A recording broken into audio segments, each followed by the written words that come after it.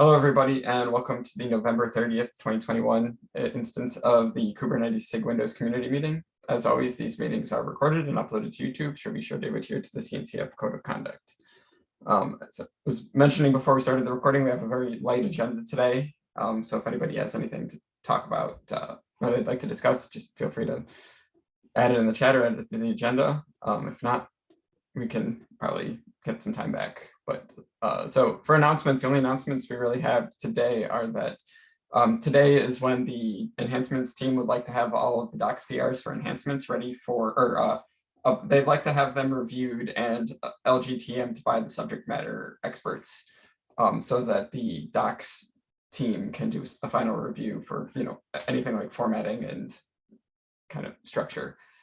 So I think I see that we still have some of the PRs open for the moving host process containers to beta and moving and adding the OS field to the pod specs. I think there's a couple other minor updates too that we can track, but those usually aren't subject to the same deadline.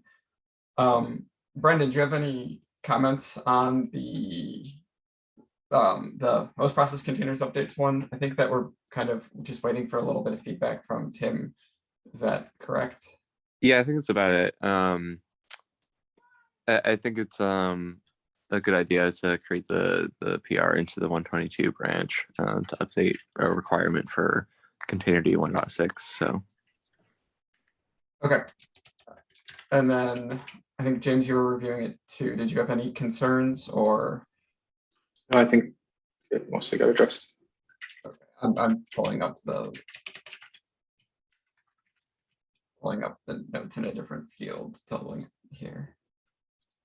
Okay, so here's this one.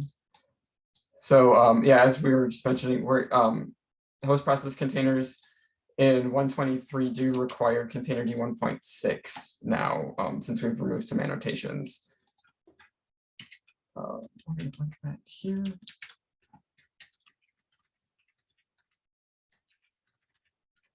And then, okay, yep, we'll just kind of stay on top of that. Ravi, are you on the call today? Do you have anything you'd like to discuss about the updates for the PodOS field? Yeah, I think I have addressed most of the comments, but I think James had one more comment with respect to effect. So I think we just need to clear that up.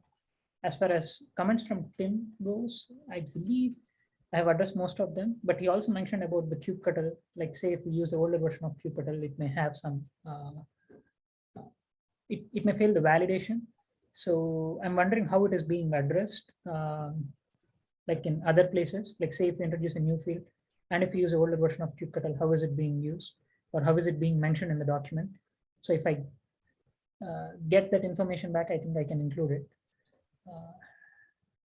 My understanding, and I actually ran into this with some host process container work that I was doing, is that there really isn't anything that you can do around that. And that is the reason why there's the three-staged approach for adding new fields, the alpha, the beta, and then stable.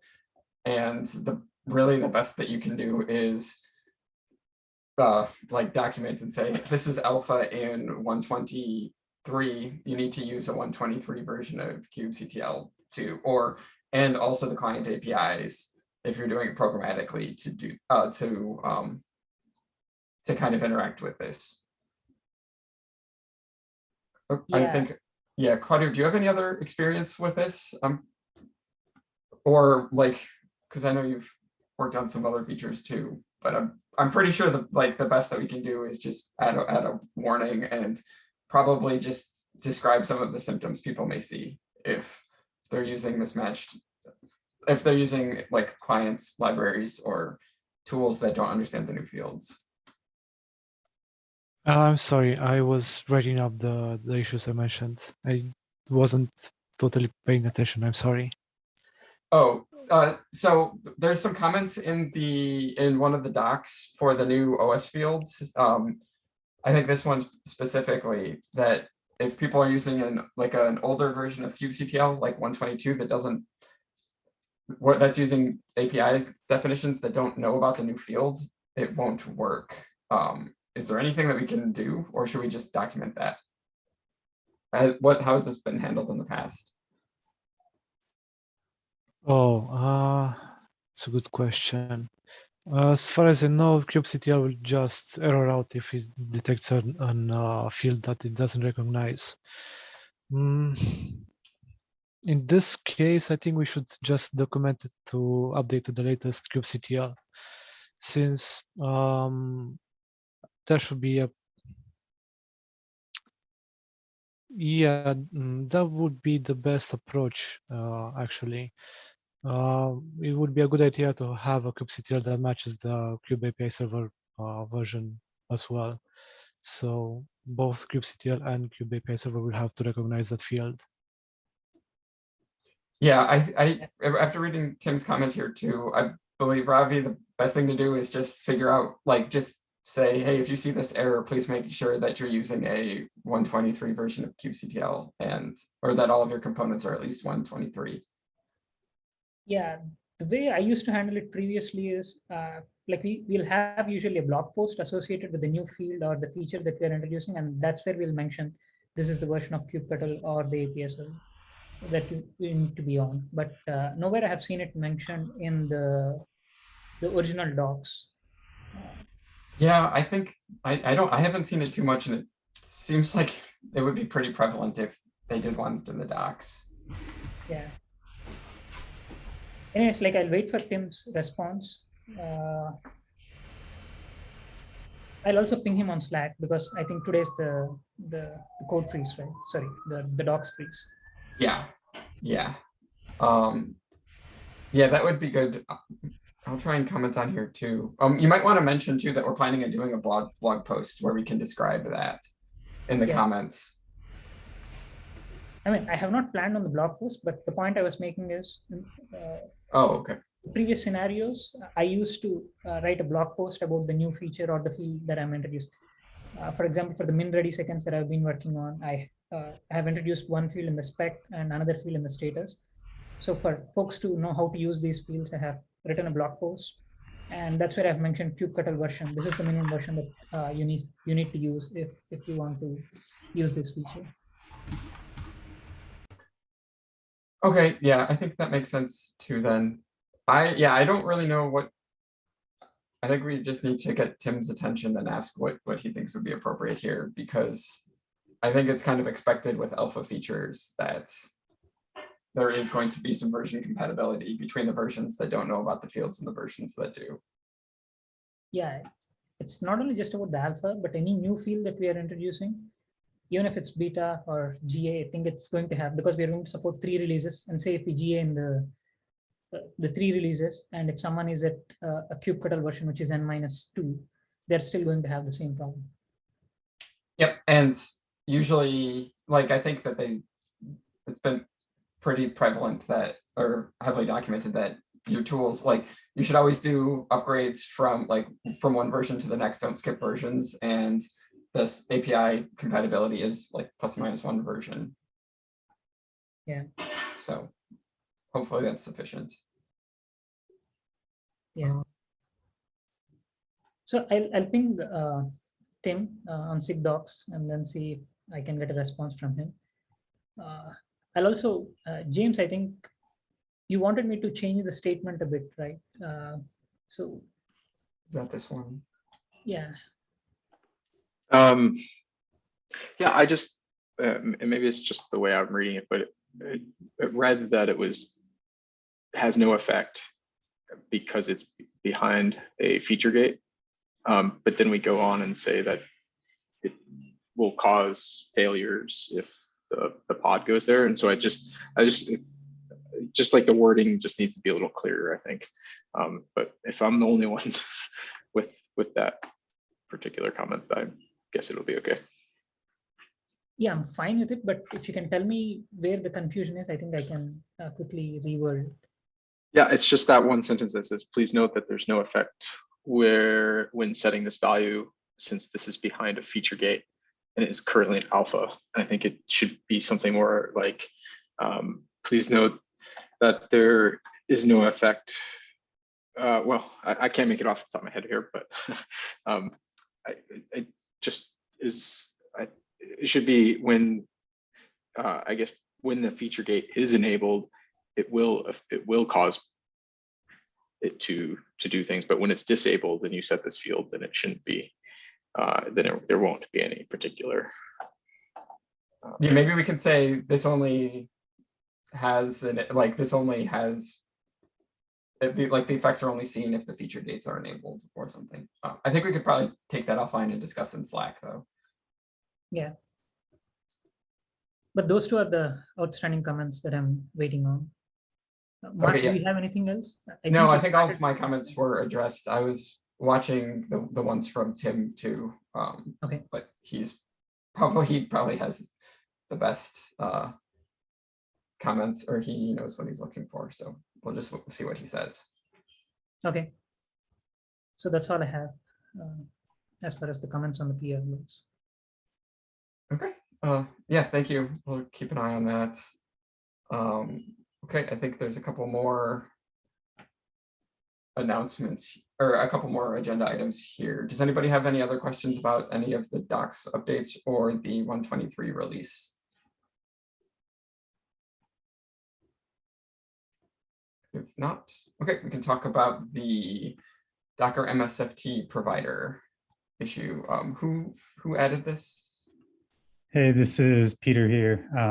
I added this issue and just wanted to have a quick follow-up on this. Brandon already commented on the issue, which was really helpful. So thank you, Brandon, for that.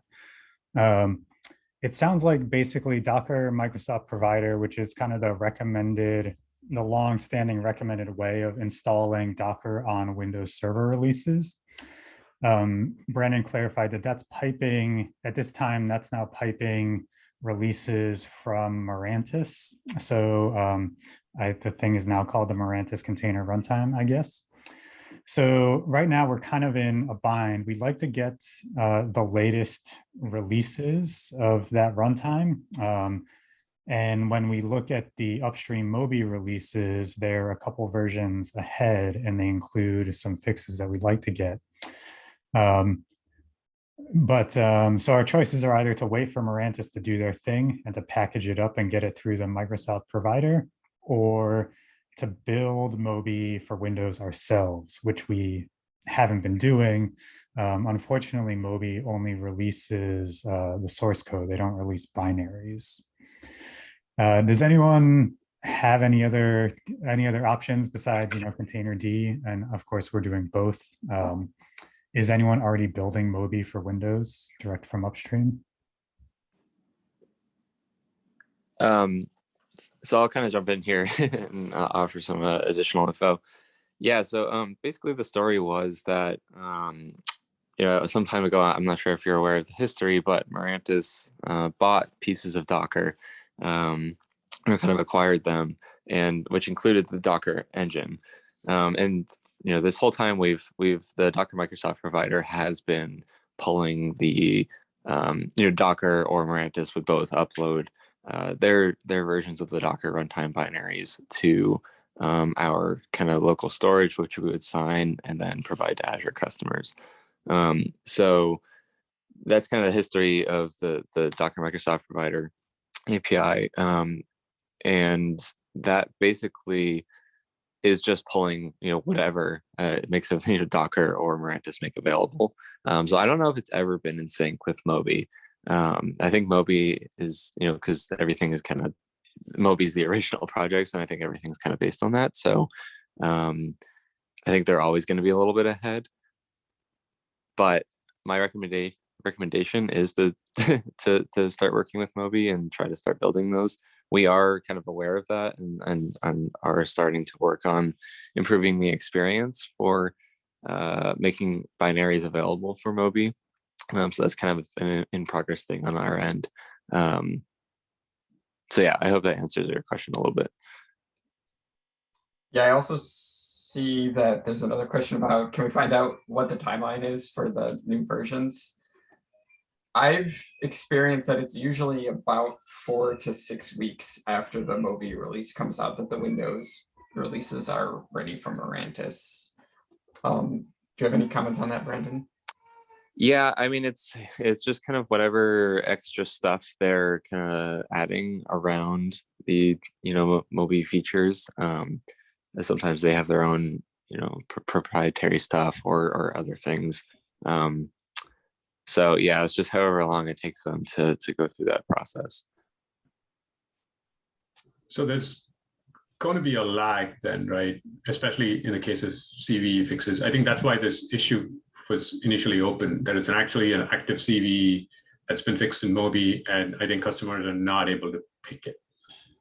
So that's going to be a big risk for customers who want to keep using the Docker runtime. Yeah, agreed. And that's why we're kind of focusing on building binaries of Mobi ourselves and making that available to people.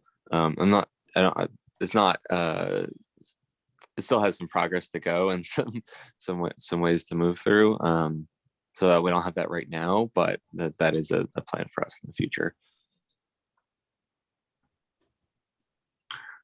So my question then, Brandon, is if you're going to build the binaries, right? Microsoft is going to build the binaries. Would it still be supplied using the Docker MSFT provider, or you would have to go like to GitHub or something and pull the binaries? I think that's still an open question. The Docker Microsoft provider, so as of right now, that's being deprecated because those are providing Mirantis binaries, and Mirantis wants to have people install the Mirantis runtime using their installation process and their installation script. So when our kind of contract with them ends at the end of next year, the plan is to deprecate that API, because it technically won't be a Docker a binary. It'll be a Mobi binary. So I'm pretty sure at least that API will be deprecated. We're looking into putting together another release method or possibly another API that people can use to install the Mobi binary or containerd. I see. And that Docker MSFT provider is mainly just the front end around a PowerShell front end around like a NuGet feed. Yeah. So it may be possible to make a different NuGet feed that maybe has a slightly different name, but you would kind of install it the same way. I think there's a lot of options on the table, but yep, for how to get that bootstrapped. Yeah. The bottom line is that Mirantis is kind of shifting towards running their own thing. So if you want to use the traditional, the Docker Engine Enterprise, you need to go through them because they'll have a whole licensing scheme and everything. Yeah, I guess a follow-up question at this point, Brandon, would be, there are these Microsoft Windows images published to AWS and Azure. Mm-hmm. Yes. I think they're called Microsoft Windows with containers, and we use that a lot in OpenShift. Yep. Would those images somehow have the fixes needed, or would they also need to go through some kind of re-spin so that you are going to get a Windows image with the Docker runtime with the latest bits in there? Yeah, that's kind of a discussion that's going right now. So I'm still figuring out what it is we're doing with container builds, the media builds. So that's kind of an in progress thing for me. I don't know if anyone from Microsoft here has any more info on that. I thought I heard that those were being deprecated, but I don't want to confirm that. I don't think there's, at least as of right now, there's none available for 2022. Yeah. So you have to install like the Hyper-V and the container features on the base image that's released, at least in Azure, for 2022. Okay. Yeah. So I mean, this is something we are working on, and we are aware of, and we want to make a good and quality experience for everyone using this. So yeah, I'll definitely have more info in the next few weeks. I can also say that the process that makes those images does currently use that Docker MSFT provider. So those images would have the latest potential, like the latest version of Docker EE or the Mirantis container runtime that's available on Docker MSFT provider. They wouldn't have versions that have not been released to Docker MSFT provider.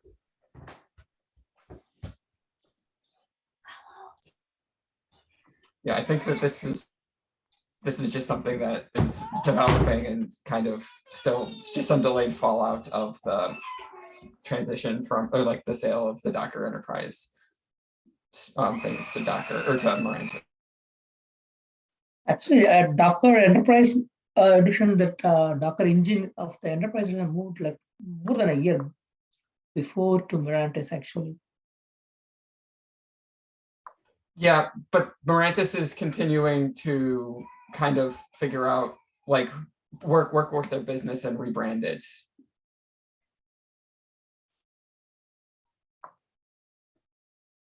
And I think that's like because that's still kind of ongoing and evolving, even from Mirantis's business plans with that there's still a lot of these open questions. My current understanding, this is like not an official one, was speaking to Mirantis employees, like they are working on this, like coming up with a Docker shim, keeping it separate and bundling it with so that they can continue to support Docker engine as a runtime, right? They are working on it. I'll check with them about a release date or something when they are trying to target that. Yeah, so you mean for it to still work with Kubernetes? What was it? So they are working on making it. I think they have made it CRI compliant at this point. So it'll still work as a runtime for Kubernetes. Yeah. So I think the idea is like supporting for the Kubernetes. Yeah, I'm not talking about the Docker Enterprise engine separate. Okay. This is like still continue to allow Docker engine as a runtime in Kubernetes. That's the work I'm talking about. What are the compelling reasons to use Docker at this point? So it's not even about using Docker at this point, right? It's you have a set of customers who are already using Docker, and now they just don't want to move off. It's not even they don't want to move off. There's a CVE out there, and now how do you pick up the fix for that CVE? That's the question.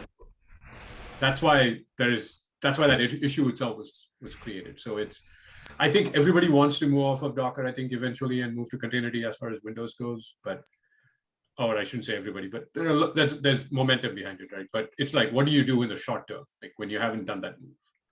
Yeah, I think the big difference is that like Docker EE was something that you can buy paid support for, and that is very valuable to a lot of customers, whereas containerd is a community project. And like what Arvind said, if you're paying for support, you should be able to expect that, CVEs are going to get patched in a timely manner and the bits are released. It's a little bit unfortunate that even in this situation, there still is, 4 to 6 month or 4 to 6 week delay in getting the Docker EE versions for Windows out. So there's that. Okay, cool. But that's actually an interesting thing. So people actually want to pay for Docker because it's an enterprise, like supported container runtime. Okay, I didn't know that.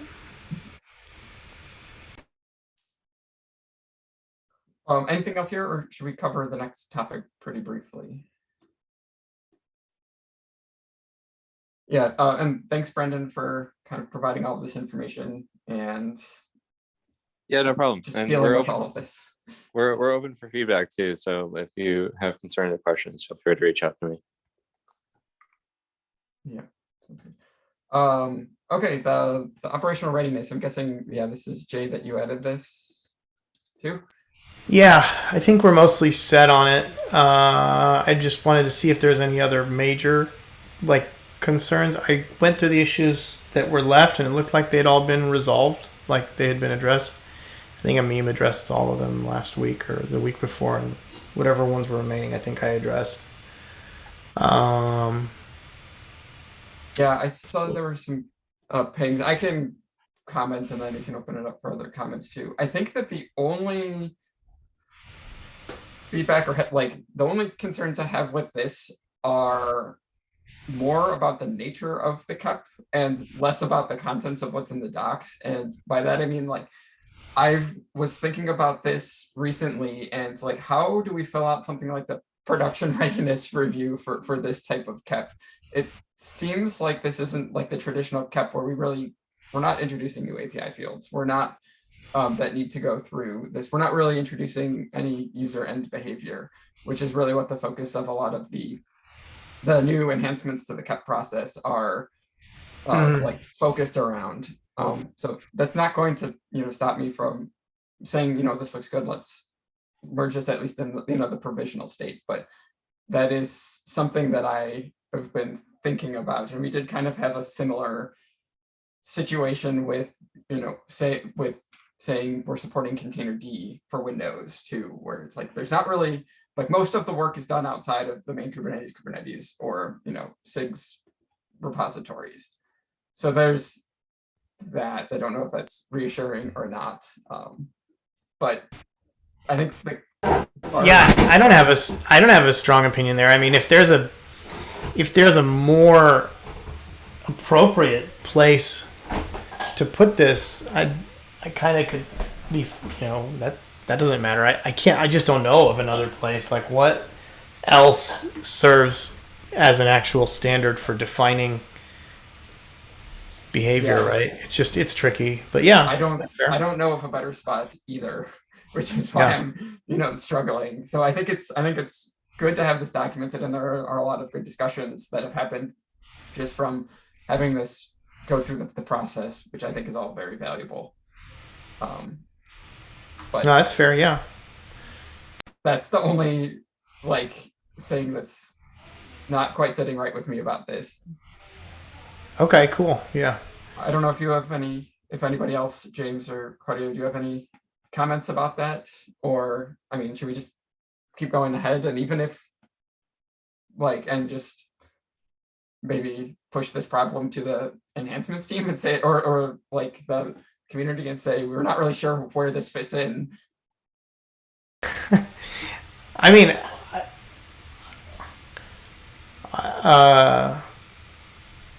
I think go ahead. If something is going to be wrong there, we can always amend it, right? Yeah. After we merge it. I think if we are like 90% sure of the contents, I think we can go ahead. Mm-hmm. I'm 100% sure of the contents, but then again, I'm selfish here, so yeah. But I agree, it's something to merge and iterate on if we want to merge it. If not, then I think it's a really complicated question, and I don't think we're ever going to get an answer to the question you have of what's the right place for this. That'll just bounce around. So, but I understand. Yeah, we did this for network policies, so we did the same thing. There was no clear thing in place, so what we did there was we did it as a KEP. We rewrote all the tests. That took about a year. After rewriting all the tests, we published a CNCF blog post about all of the providers in the network policy that support network policies that do and don't support the tests that we defined as the standard in E2E test. So we kind of did a three-prong approach there, which is that we wrote the KEP, we merged the KEP, we implemented all the code so that the standard we put in place was transparent across providers. Then we ran them. We ran all those tests, and then after running all those tests, we filed issues with the different providers, and we said, look, you either fix this or you don't. And we were going to publish a post about it, and we, with Tejera and the Entria folks, we all published a blog post about it. So I think that's the trajectory that I have in my head here, is that we create the specification, and then we run it on EKS, we run it on Azure, we run it on Tanzu, we run it on OpenShift if the Red Hat folks want to do that. And then we say this is what these providers support, and probably Azure wins. right? But like, hopefully, you know, selfishly at VMware, we can use that specification to like invest more in Windows, right? Because we can say, look, there's now a very clear boundary between what's supported by who and how that affects customers. So that's my overall thoughts of how this progresses. Yep, and I think I'm fine with that approach. I think we merge it. Yeah, the hesitation is really like around like the PRR, but we can just leave all of that blank for now and merge it and then add that later, because I don't think that's really applicable to this, because that's really how do customers detect that the feature's on? How do customers detect there's an issue with the feature? But we can just omit that. Yeah, it's tricky. Yeah. Cool. And if we do decide to merge it and we have to revert it later or remove it because something has changed about KEPs and we're not allowed to put things that are standards or test oriented as KEPs, then yeah. Yep, I think we can do that. What does anybody else have any opinions? So that's me, Claudio, Mark. Does anybody else have any strong feelings about this?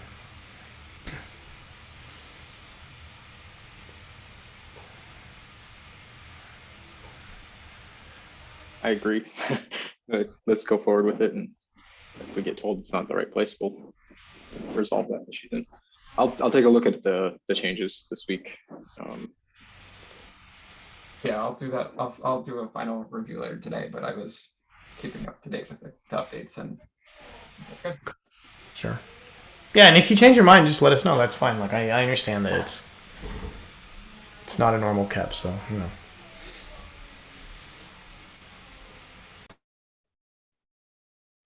Okay, I think we're a little bit over time, so I'm going to end the meeting now. Thank you everybody for attending and contributing, and hope to see you next week. All right. Okay. I'll stick, if anyone wants to stick around for pairing, I'll be here.